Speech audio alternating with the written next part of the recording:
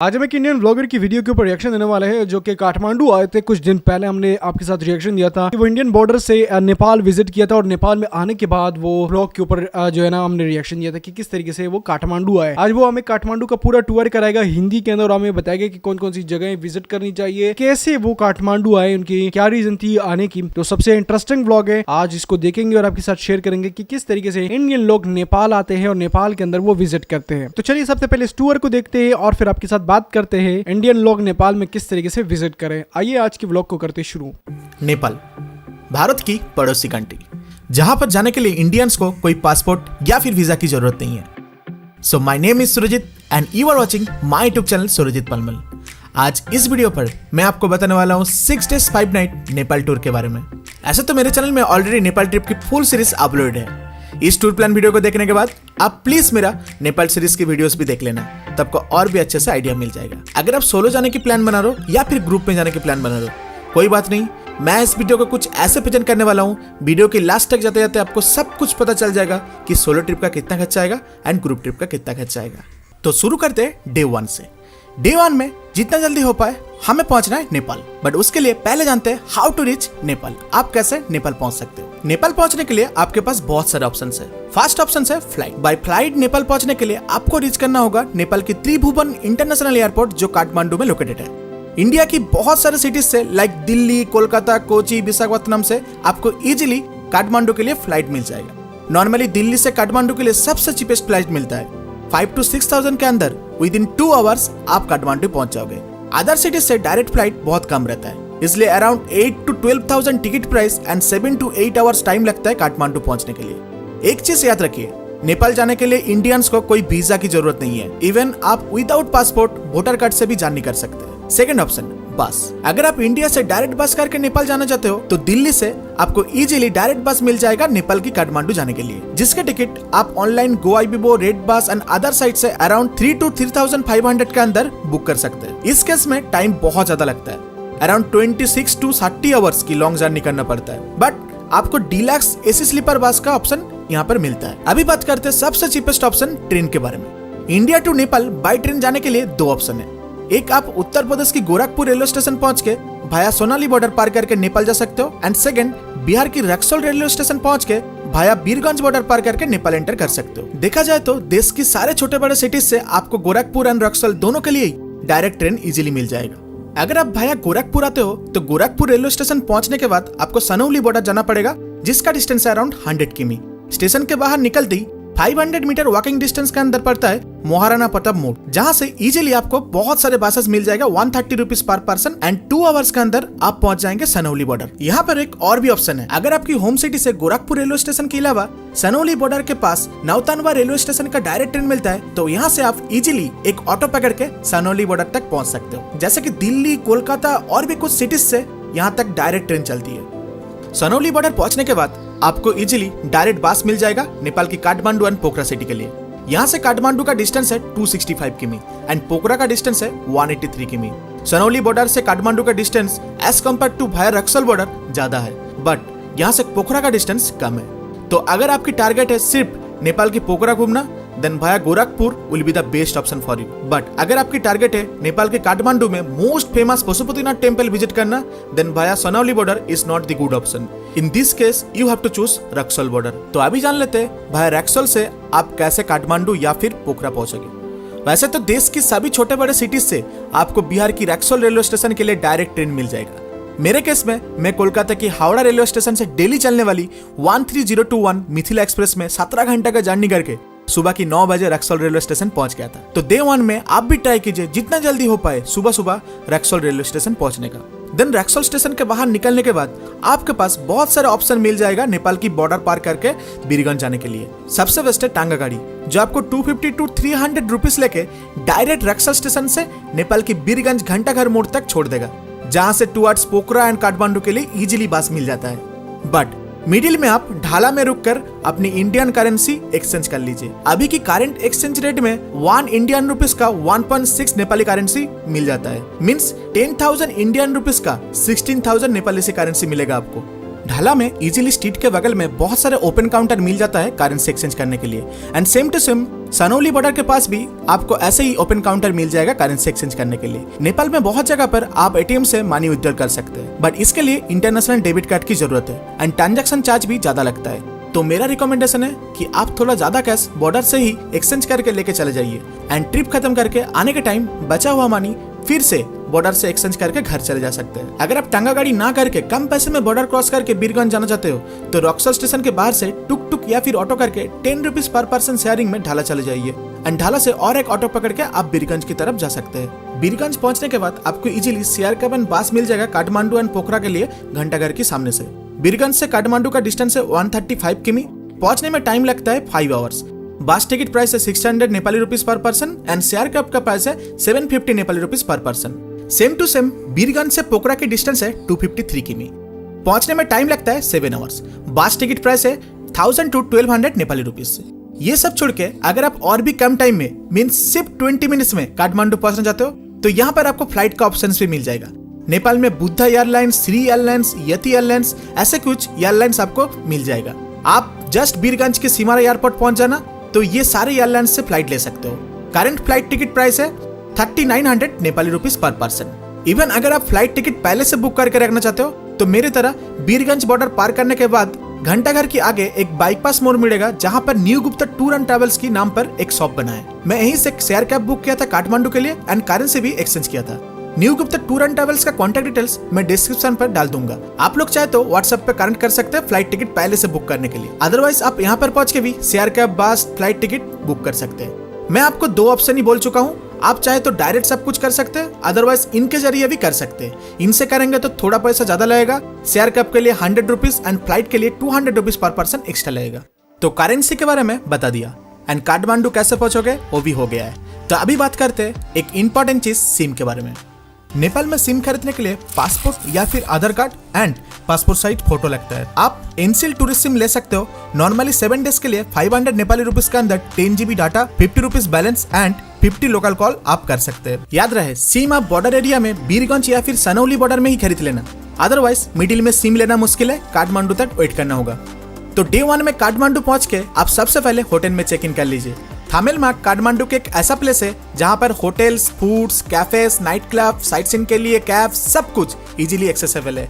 Hotel आपको around 1000 rupees में 2 जन के लिए मिल जाएगा और अगर आप सोलो हो तो यहाँ पर बहुत सारे हॉस्टल की फैसिलिटीज भी है। विद इन 500 रुपीज के अंदर हो जाएगा। मैं जिस होटल में रुका था उसका नाम था होटल यालापिक।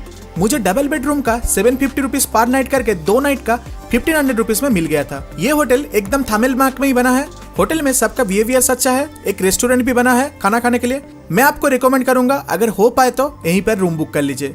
होटल आप ऑनलाइन साइट से लाइक booking.com, Agoda, मेक माई ट्रिप ये सारे प्लेटफॉर्म से पहले से ही बुक कर सकते हैं। जब आप सीआरकेएफ और बस से काठमांडू आओगे तब थामेलमार्ग में डायरेक्ट आपको ड्रॉप नहीं करेगा। जिस पॉइंट में ड्रॉप करेगा आपको वहां से फिर से एक कैब या फिर टैक्सी करके थामेलमार्ग आना होगा। तो आप मस्ट भी नेपाल ट्रिप में आने से पहले घर से ही पाठाओ ऐप इंस्टॉल कर लीजिए, क्योंकि नेपाल में उबेर या फिर ओला नहीं चलता है। पाठाओ ऐप में आपको बाइक या फिर कैब कम पैसे में मिल जाएगा, अदरवाइज नॉर्मल टैक्सी वाला ज्यादा चार्ज करता है। मेरे केस में 400 नेपाली रुपीज लग गया था टैक्सी के लिए। वही सेम अगर मैं पाठाओ ऐप से बुक करता तो 250 नेपाली रुपीज में हो जाता। होटल में चेक इन हो जाने के बाद यहाँ पर आपको लेट नहीं करना है। जल्दी जल्दी फ्रेश होकर कुछ खाना खा के होटल से कैब या फिर बाइक करके चले जाइए डे 1 की fast and most important place Pashupatinath temple visit करने। थामेलमार्ग से डिस्टेंस है ओनली 5 किमी। विद इन 20 मिनट्स आप पहुंच जाएंगे। हम लोग पहुंच गए पशुपतिनाथ टेम्पल के गेट के सामने। अभी इस रास्ते से जा रहे हैं। नेपाल की सबसे फेमस टेम्पल पशुपतिनाथ टेम्पल। ज़्यादातर फॉरेनर्स या इंडियन जो आते हैं सबसे पहले इस टेम्पल को ही विज़िट करते हैं। तो यहाँ पर आप अपने शूज़ रख सकते हैं फ्री में, मंदिर की तरफ से है। तो हम लोग भी यहाँ से रख के चलेंगे। ये एंट्री गेट है। इससे पहले जाने के लिए आपको चप्पल खोल के आना पड़ेगा मेन रोड से लगभग। डे 2 में सुबह सुबह उठकर होटल में फ्रेश होकर ब्रेकफास्ट करके मॉर्निंग की 7 बजे के अंदर रेडी होकर आप निकल जाइए आज की fast sight seeing point Chandragiri hills के लिए। डे 1 की तरह आज भी सारे साइट सीइंग पॉइंट जाना और आना आप पठाओ ऐप के जरिए करेंगे। अगर सोलो हो तो नो डाउट पठाओ बाइक बुक कर लीजिए, एंड अगर आप 2 जन से ज्यादा हो मीन्स 3 जन हो तो पठाओ से कैब बुक कर लीजिए, फायदे में रहेंगे। नेपाल में सब लोग हिंदी समझते हैं, कैब ड्राइवर के साथ बात करके लोकेशन बताने में कोई प्रॉब्लम नहीं होगा। सिर्फ एक छोटा सा प्रॉब्लम है, सारे कैब्स का नंबर प्लेट नेपाली में है, इंग्लिश में नहीं है। अभी हम लोग पहुंच चुके हैं चंद्रगिरी हिल्स के सामने, ठीक है। ये रोपवे स्टार्टिंग पॉइंट है, पूरा काठमांडू सिटी यहाँ से दिखाई दे रहा है। देखिए यहाँ पर एक बना हुआ है आई लव चंद्रगिरी, पूरा सिटी दिख रहा है यहाँ से। देखिए बहुत बढ़िया व्यू है। ऊपर में जाएंगे तो और भी बहुत कुछ दिख जाएगा। यहाँ से रोपवे स्टार्ट हो रहा है, यहाँ से हम लोग अभी टिकट खरीदेंगे। टिकट काउंटर प्राइस 1 वे के लिए नेपाली में 475, और हम लोग 4 कंट्रीज से है तो हम लोग के 760, तो एक जने का वो तो एक लगेगा 1280 करके। चंद्रगिरी हिल्स की मेन खासियत था रोपवे।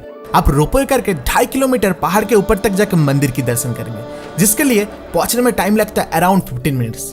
ये रोपवे ऑटोमेटिकली ओपन हो रहा है, ऑटोमेटिकली क्लोज हो जा रहा है एक टाइम के बाद। वाह वाह वाह।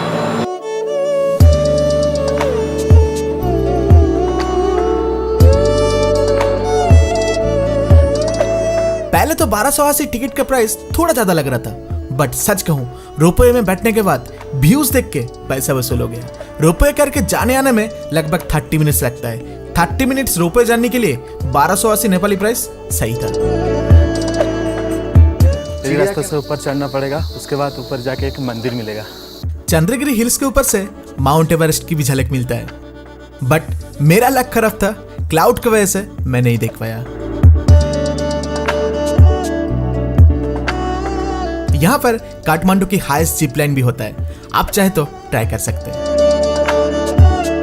हिल टॉप के ऊपर यहाँ पर भालेश्वर महादेव की टेम्पल बना हुआ है।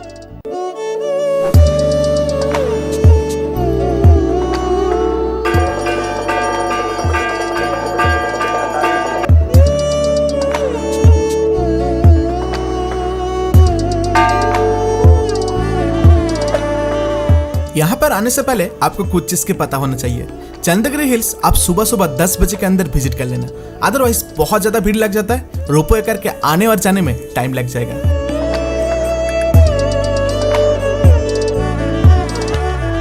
तमिलनाडु से चंद्रगिरी हिल्स की डिस्टेंस है 12 किमी, टाइम लगता है 40 मिनट्स। पथाऊ बाइक में 400 नेपाली रुपीस लगता है, एंड कैब में 1000 नेपाली रुपीस कॉस्ट लगता है। अगर आप होटल से ब्रेकफास्ट करके नहीं आए हो तो यहाँ पर चंद्रगिरी हिल्स में रेस्टोरेंट भी बना है, वेज और नॉन वेज दोनों ही ब्रेकफास्ट का ऑप्शन मिल जाएगा। सो इस प्लेस को देखने के बाद आप फिर से एक कैब कर लीजिए एंड पहुंच जाइए आज की next sight seen point Shambhunath temple. So guys, Chandragiri hill से हम लोग एक फिर से पठाओ कैब बुक कर लिए थे, 740 रुपये पड़ा, और पहुंच गए शंभुनाथ टेम्पल। ठीक है, शंभुनाथ टेम्पल में बहुत सारे मंकी है, इसलिए इसको मंकी टेम्पल भी कहा जाता है। एंट्री फीस है हम लोगों के लिए जो 4 कंट्री से है 50 रुपीज़, और फॉरनर्स के लिए 200 रुपीज़।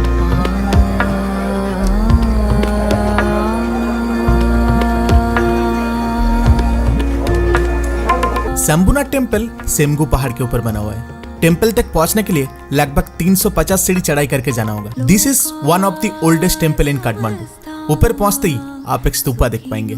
यस, शंभुनाथ टेम्पल को शंभुनाथ स्तूपा भी कहा जाता है। तो अपने आइटिनरी तो भाई अब मैंने पूरी डिटेल निकाली और उसके बाद मुझे पता चला है जो लोग इंडिया से नेपाल आते हैं अपने साथ कोई व्हीकल नहीं लेके आते, तो वो लोग ऐसे ही आ जाते हैं, उनको कोई डॉक्यूमेंट वगैरह की जरूरत नहीं है। जो लोग अपनी गाड़ी या अपनी कार वगैरह अपनी बाइक लेके आना चाहते हैं तो फिर उसके टैक्सेस देने पड़ते हैं, थोड़े बहुत टैक्स होते हैं, बंसार शायद उनको कुछ कहते हैं लोग, वो आपको देना पड़ेगा और उसके बाद आप नेपाल एंटर कर सकते हो। जितने दिन का आपने टैक्स भरा उतने दिन आप वहां पे फिर रुक सकते हो उस बाइक के साथ। जैसे कि कार्नेट बनता है ना किसी भी मुल्क से, पाकिस्तान से आप इंडिया, जो इंडिया से पाकिस्तान हो, आपको कार्नेट बनाना पड़ता है, तो उस कार्नेट के जरिए आपको फिर दूसरे मुल्क जाना पड़ता है। वहीं पे नेपाल और इंडिया के बीच में भी ये छोटे से टाइप के कार्नेट है जिसमें आपको टैक्स देने पड़ेगा और उसके बाद आप नेपाल में बाइक के साथ एंटर कर सकते हो। अच्छा, इसमें एक इंटरेस्टिंग चीज हमें ये देखने को मिली है कि जो भी इंडियन आते हैं नेपाल के अंदर, तो वो लोग जो है ना ज्यादातर उनकी जितनी भी हम लोगों ने देखी है तो वो लोग बॉर्डर के जरिए आते हैं, फ्लाइट में नहीं आते, और फ्लाइट में बहुत कम लोग आते हैं। जो लोग फ्लाइट में आते हैं तो वो लोग बोलते हैं कि यार हमने बड़ी अपॉर्चुनिटी मिस की, क्योंकि अगर हम बॉर्डर के जरिए आते हैं तो हम बॉर्डर कभी कैप्चर कर लेते हैं। और जो लोग बॉर्डर किसके जरिए आते हैं तो उनका एक्सपीरियंस क्या होता है कि यार बड़ा जबरदस्त है बॉर्डर, काफी अच्छे तरीके से हमने बॉर्डर देखा, उसके बाद हमने टूर किया। किसी भी मुल्क के अंदर जाते हो, कहीं भी जाते हो, तो आपको पहले उस सिटी के अंदर घूमना पड़ता है। आप उस सिटी को घूमेंगे, जैसे कि मैंने आपके साथ एक पाकिस्तानी भाई का व्लॉग दिखाया है मुंबई के अंदर, तो किस तरीके से A to Z उन्होंने पूरी सिटी को कवर किया एक दिन के अंदर। वहाँ जो है वो सुबह से नाश्ते से एक ईरानी कैफे के अंदर नाश्ता किया, फिर वहां से बाकी जगहों के अंदर घूमे। तो इसी तरीके से जो लोग नेपाल आते हैं और नेपाल विजिट करते हैं, जिन लोगों का घर बॉर्डर के नजदीक है, 200-300 किलोमीटर जो है ना वो फासले पे है। अब मुंबई अगर आप जाओगे 1200-1500 किलोमीटर है, और अगर आप नेपाल आते हो 200-300 किलोमीटर रास्ता है, तो फिर आप डेफिनेटली नेपाल आना चाहिए, आपको नेपाल विजिट करना चाहिए। और ये मौका आपको कम ही मिलता है। फिर बाद में आज बॉर्डर खुला हुआ, तो अगले 10 साल बाद या 5 साल बाद या 2 साल बाद भी अगर आपको बॉर्डर खुला ना मिले, तो फिर आपकी जहन में यार एक ख्वाहिश रह जाएगी कि यार मैं जाना चाहता था और नहीं जा पाया। तो आप लोगों को सबसे पहले अपनी करीबी जगहों को विजिट करना चाहिए, चाहे वो सिटी हो चाहे वो कंट्री हो, वो वहां पे विजिट करना चाहिए। अब ये बंदा जो था, ये पूरे टूर हमने इसका किया कि किस तरीके से अपने नेपाल के अंदर जाना है। टेम्पल्स हो गए, चाहे वो रेस्टोरेंट्स हो गए, चाहे वो बड़े बड़े हॉल्स हो गए, जहां पे भी आपको विजिट करना है, इस व्लॉग के जरिए आप कर सकते हैं। इस व्लॉग के अंदर जो जो चीजें हमने आपको बताई है वो बड़ी इंटरेस्टिंग है। देखिए, काठमांडू सिटी एक ऐसी सिटी है जिसमें आपको सबसे ज्यादा पॉपुलेशन हिंदू लोगों की मिलेगी और हिंदू टेम्पल्स आपको ज्यादा देखने को मिलेंगे, जिसकी वजह से आपको हिस्ट्री भी ज्यादा मिलेगी और खाने पीने के फूड भी आपको ज्यादा मिलेगा, जिसकी वजह से लोग क्या बोलते हैं, नेपाली खाना, नेपाली मोमोज, और इसके बाद आज जो चीजें है वो आगे बढ़ती है। वेल, अगर आज का इंटरेस्टिंग व्लॉग आप लोगों ने देखा, अच्छा लगा है तो वीडियो को लाइक लाजमी करिएगा। मिलते हैं नेक्स्ट वीडियो में।